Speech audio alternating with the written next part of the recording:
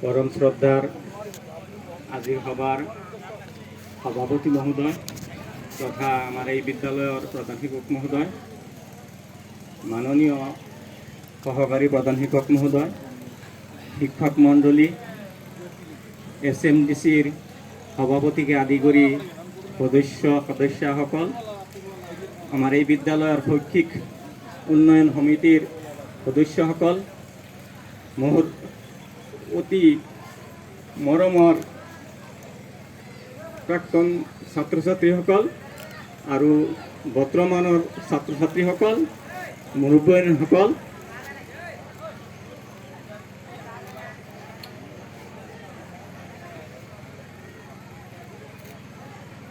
পোনপ্ৰথমে মই মহান আল্লাহ তালাৰ ওচৰত শুকুৰ গুজাৰিছ কৰিছোঁ যে মহান আল্লাহ তালাই বহুত ঘাত প্ৰতিঘাতৰ মাজতে, বহুত মোৰ শাৰীৰিক অসুবিধাৰ মাজতে যিখন বিদ্যালয়ত প্ৰথমতে শিক্ষকতা জীৱন আৰম্ভ কৰিছিলোঁ, সেই বিদ্যালয়ৰ পৰাই যে মই অৱসৰ গ্ৰহণ কৰিবলৈ পাইছোঁ, যি আল্লাই মোক এই শক্তি দান কৰিছে, সেই আল্লাহক মই শলাগিছোঁ। মোৰ মনলৈ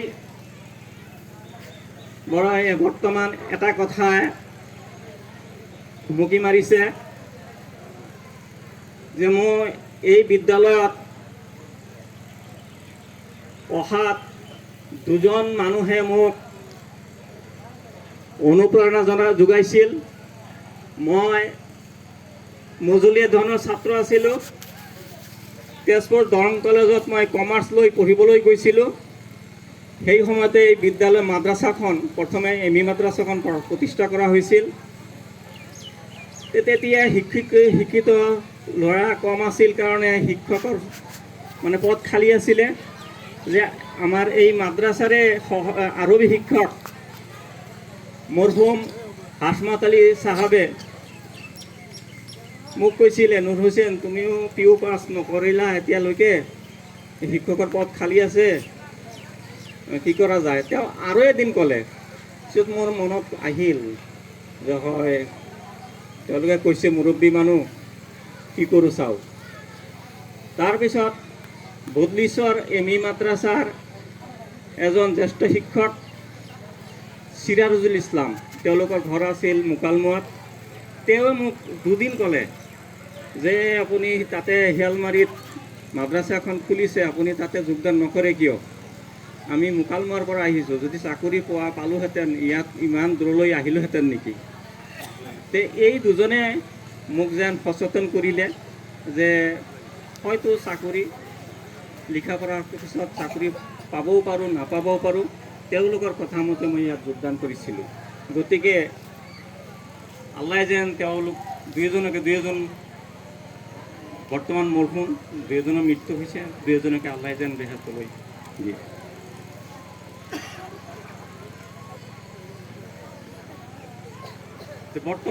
যি সময়ত ME মাদ্ৰাছাখন প্ৰতিষ্ঠা কৰা হৈছিল, তেতিয়া মই বদলিশ্বৰ আছিলোঁ। সেই সময়ত ৰাস্তা ঘাট বৰ ভাল নাছিলে। এই পথাৰৰ মাজেদি অহা যোৱা কৰিছিলোঁ, বোকা পানী খচি গচকি অহা যোৱা কৰিছিলোঁ। শুকান দিনত কেতিয়াবা চাইকেলেৰে আহিছিলোঁ, বাৰিষা কালত খোজকাঢ়ি আহিছিলোঁ। বৰ কষ্ট অনুভৱ কৰিছিলোঁ আৰু বৰ্তমানলৈকে শিক্ষকতা কৰিছোঁ।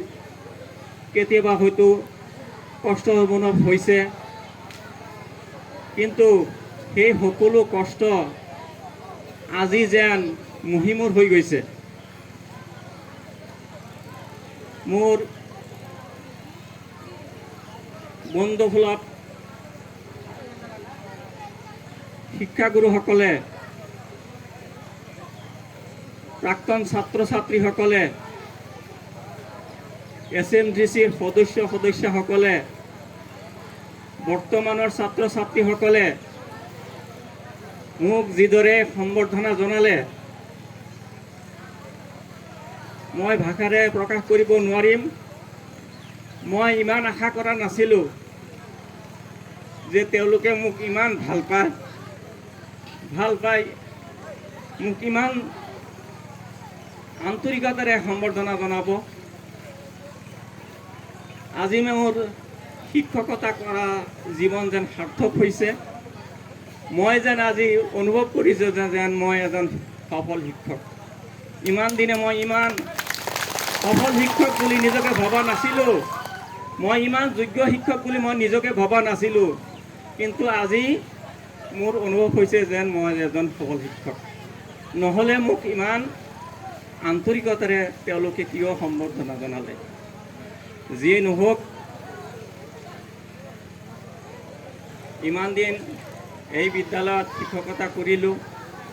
বহুত ছাত্ৰ ছাত্ৰী গুচি গ'ল, বহুত শিক্ষকো ইয়াৰ পৰা গুচি গ'ল। যি দুজন শিক্ষক, আমাৰ এই বিদ্যালয়ৰ আৰবী শিক্ষক আৰু এজন শিক্ষক বাসুদেৱ ঘোষ, এই দুজন একেবাৰে নিৰোগী শিক্ষক আছিলে। যেতিয়া আহি পাইছিলোঁ সুস্থ সবল আছিল, তেওঁলোকৰ বেমাৰ আজাৰ একেবাৰে নাছিলে। তেওঁলোক কিন্তু চাকৰি কালতে গুচি গ'ল। কিন্তু আল্লাহে মোক এতিয়ালৈকে জীয়াই ৰাখিছে। আৰু দুজন শিক্ষক অন্য বিদ্যালয়লৈ ট্ৰেন্সফাৰ লৈ গৈছে। মই শেষ কাললৈকে ইয়াতে থাকিব পাৰিলোঁ। এইটোৱে এটা মোৰ সন্তুষ্টি। এই জীৱন পৰিক্ৰমাত চাকৰি কালৰ সময়ত বিভিন্ন শিক্ষকৰ লগত শিক্ষকতা কৰিলোঁ। বহুত ছাত্ৰক শিক্ষাদান কৰিলোঁ। যে মই কিমান দিব পাৰিছোঁ ছাত্ৰ ছাত্ৰীসকলে, সেইটো ছাত্ৰ ছাত্ৰীসকলে বিচাৰ কৰিব, লগৰীয়া শিক্ষকসকলে বিচাৰ কৰিব বা বিচাৰ কৰিছে ইতিমধ্যে। যিয়ে নহওক, চাকৰিৰ শেষ আছে। 60 বছৰ বয়সলৈ চাকৰি কৰিব পৰা যায়। তাৰপিছত সকলোৱে অৱসৰ গ্ৰহণ কৰিব লাগে। গতিকে সেই হিচাপে ময়ো আজি অৱসৰ গ্ৰহণ কৰিবলৈ বা সকলোৰে পৰা বিদায় গ্ৰহণ কৰিবলৈ ওলাইছোঁ। ইমান দিনে তেওঁলোকৰ লগত একেলগে শিক্ষকতা কৰি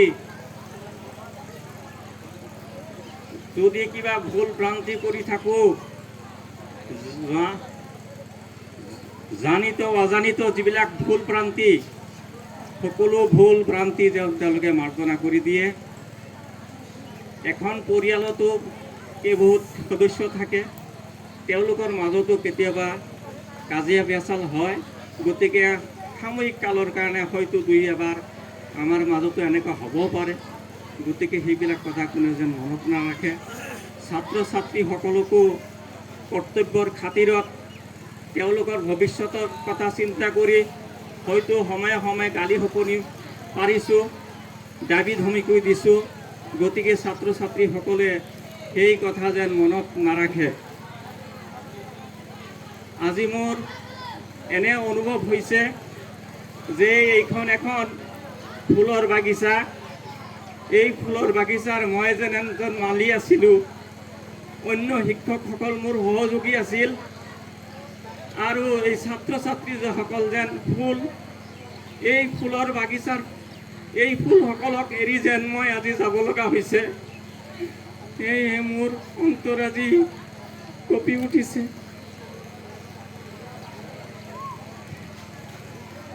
তথাপিতে যাব লাগিব, এইটো নিয়ম। গতিকে সকলোৱে যেন মোক আশীৰ্বাদ কৰে, মোৰ ভৱিষ্যত জীৱন যেন মংগল হয়।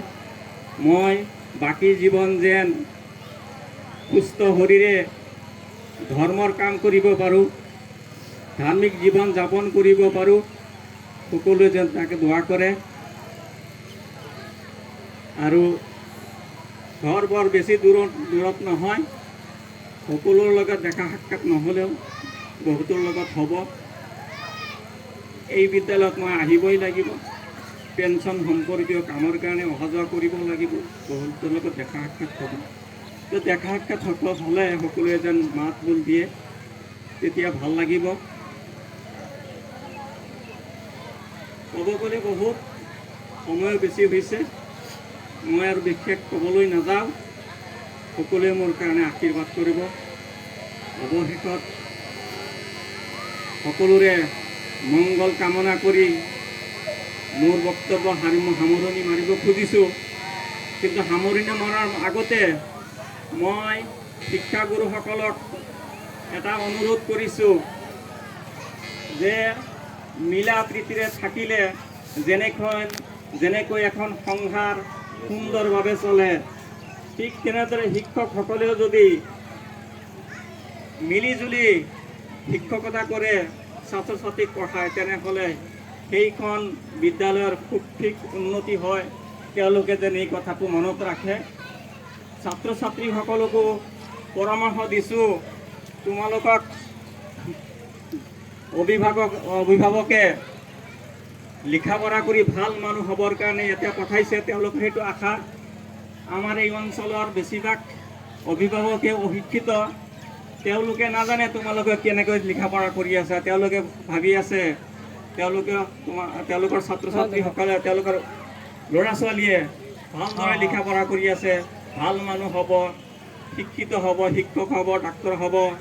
কিন্তু তোমালোকে নিজেই অনুভৱ কৰা তোমালোকে কেনেদৰে পঢ়ি আছা। গতিকে তোমালোকক অনুৰোধ কৰিছোঁ